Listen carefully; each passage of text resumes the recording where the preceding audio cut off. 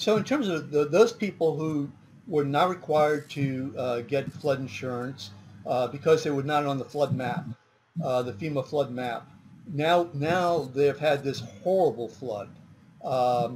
Is FEMA going to now reconsider because they have been hit by this calamity?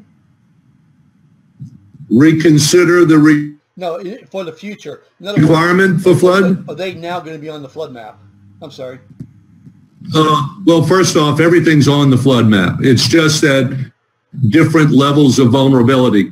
Number two, those maps will not be redone next week or next month or next year. They're redone by FEMA periodically, but in multiple year segments. So this one event will not trigger new flood maps. Now, there are provisions like repetitive loss properties that will be impacted by properties. I have heard of several that just flooded in the March flood event that resulted in 36 of our 64 parishes being declared disaster parishes by the president.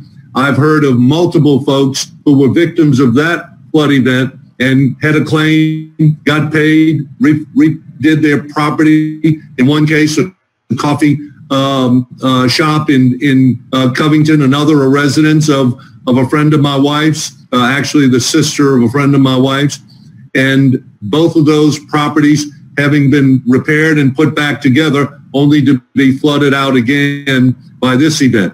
There is a provision in the National Flood Insurance Program creating a category called repetitive loss properties that are priced higher than other properties in the same zip code, for example.